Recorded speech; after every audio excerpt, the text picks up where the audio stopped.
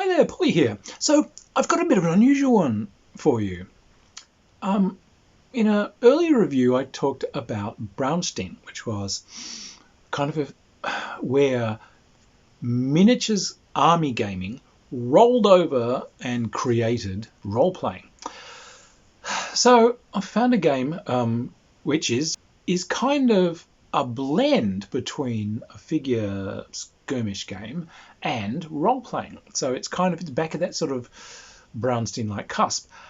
It's done as a celebration of pulp adventure. So kind of specifically that kind of 1930s, 40s period. But the pulp genre really does kind of run from 1900, well, really through into the 60s. But say, you know the thing, be it John Carter on Mars, hard-bitten detective stories, Doc Savage, Man of Bronze. However, Buckaroo Banzai. So it's that sort of thing.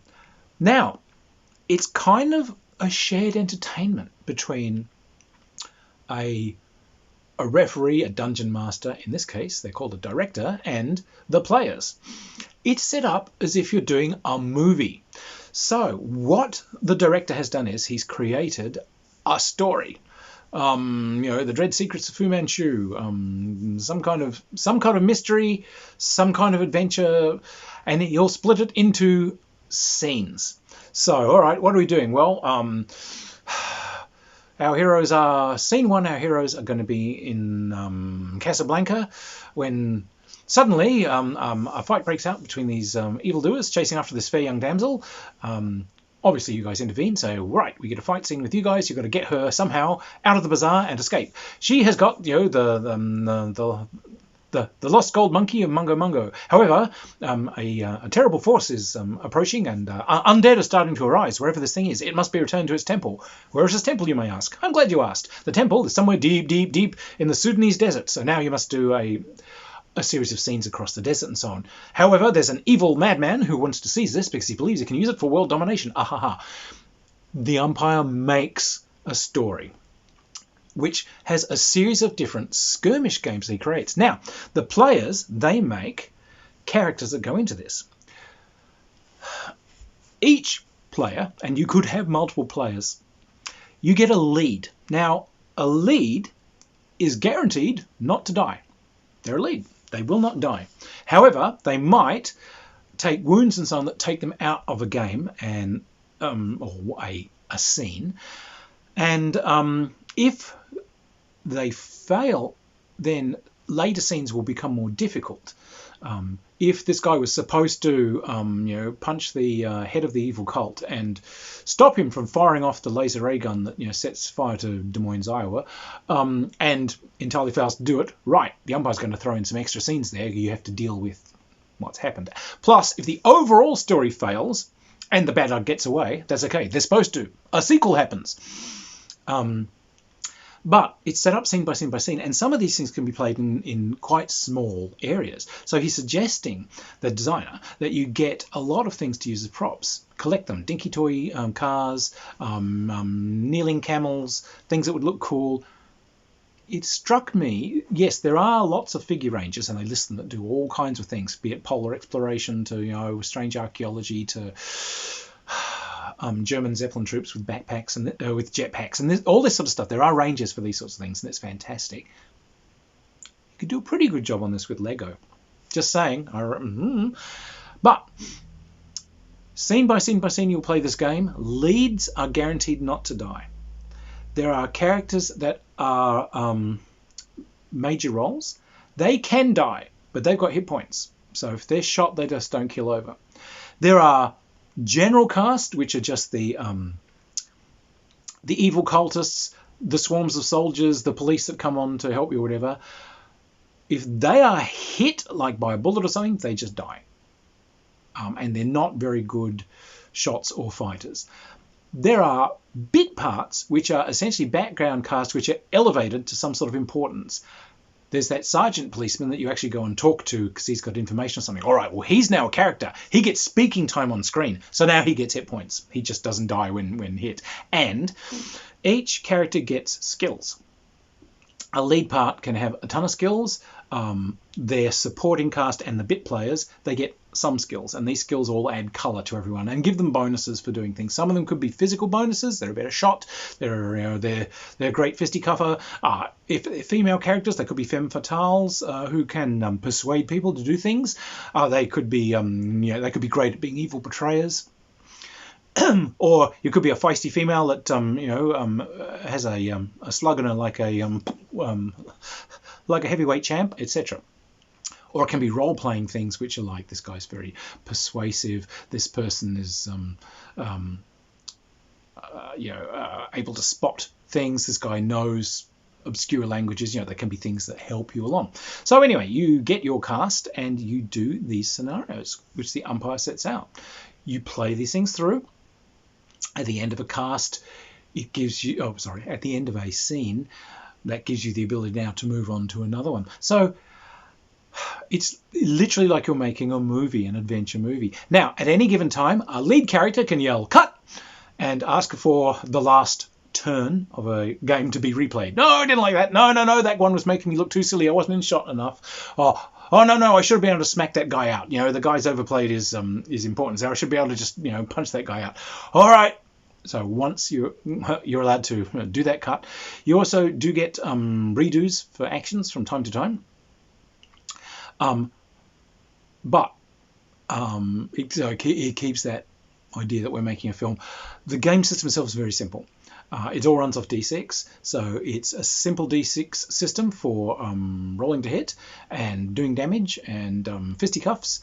And for doing things like avoiding traps and so on, there's just, essentially the umpire will lay out a lethality or a difficulty of doing these tasks, which you roll against. And if you have bonuses due to your character's shticks, obviously they factor in. So you could set up a sinister tomb with pit traps and arrows that fire at walls, but then there's a conundrum which has to be figured out. But meanwhile, the mummies are animating and they're heading for you. You can do all of this. Very, very simple game system. They've got an equipment list in there for figuring out firing, shotguns and Tommy guns and revolvers and these sorts of things. When you get into melee, it's either kind of fisticuffs, it's either brawl or a serious melee. For some reason, people like communicating by hitting each other in this genre of film. So having a barroom brawl or two guys who are just suddenly having a barney over the woman, it doesn't cause any permanent damage. You can kind of knock someone silly, but it doesn't cause permanent injury. However, if the mad dervishes race at you with their scimitars, or the mummies are coming at you to strangle you, then this is serious stuff, and death wounds can result. So two different kind of types of result you can get in melee. Apart from that, deathly simple system that just covers everything. So it's a miniatures game, it's a role-playing game. So there is considerable support for this. These guys have an amazing stories magazine, which is filled with scenarios for this entire campaign. Someone's done an entire story with all the scenes laid out, and some of these are air action adventures, and so there are kind of dogfighting rules and so on in there. So if you're fighting the evil warlord who's circling the globe in his flying wing, and you have to, land on it or jump from one plane to another to, fisticuff the pilot, you can do all that. Polar exploration, lost islands with dinosaurs on them. It's all in there. As I said, to play this well, you'd probably need a considerable resource of funky miniatures. I mean, obviously you can do this with figures and with just counters and things like that. But I mean, I guess the joy of this would be setting up some stuff that looks like a silly film set and so on. But as I said, Lego, I reckon you could do it.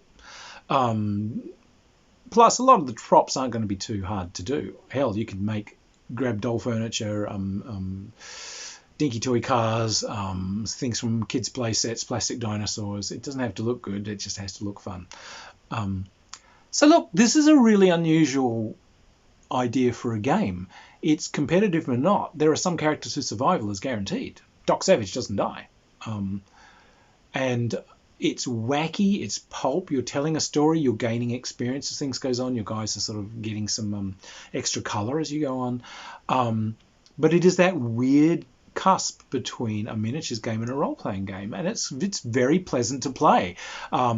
It's got a huge deal of support for it. Those magazines have done it terrific, and again, there are pages on Facebook and so on for this. There are people who absolutely love this thing, and I can see why. It's a real break from playing deathly serious skirmish games where we're trying to strew knee deep through the guts of our opponents, and in this case, no, we're gonna suck that evil cult leader over the jaw, steal back the gold monkey, and then we're going to run through the jungles while avoiding the headhunters, and knowing full well that the Aztec mummy is somewhere on our trail. It's that kind of thing, and a splendid game results. So yeah, very role-playing gamey in that we have a director, dungeon master, who is concocting a series of scenarios for the engagement and enjoyment of a whole bunch of players. So yeah, a really great hybrid game, and very, very, very well done. Really worthwhile taking a look. I love the support for it, and again, the designer's done a fantastic job through the rules, putting quotes from old gritty detective novels, old Doc Savage novels, old pulp air action, or Astounding Tales kind of things, and showing not only examples of the kind of play and the kind of language, but also gives you splendid ideas for your own things. And of course, it's full of lurid magazine covers showing, monsters with sucker fingers trying to carry off young, sweet young gals. Stalwart defenders beating off mummies and skeletons.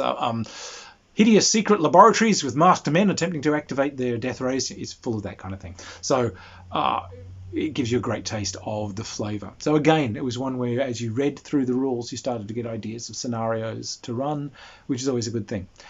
Well worth taking a look at. It really is a surprising piece of work. Anyway, if you've enjoyed the reviews, by all means, like, subscribe, and all that cool stuff. If you get hold of any of these games yourself, do let me know. Let me know how they played for you.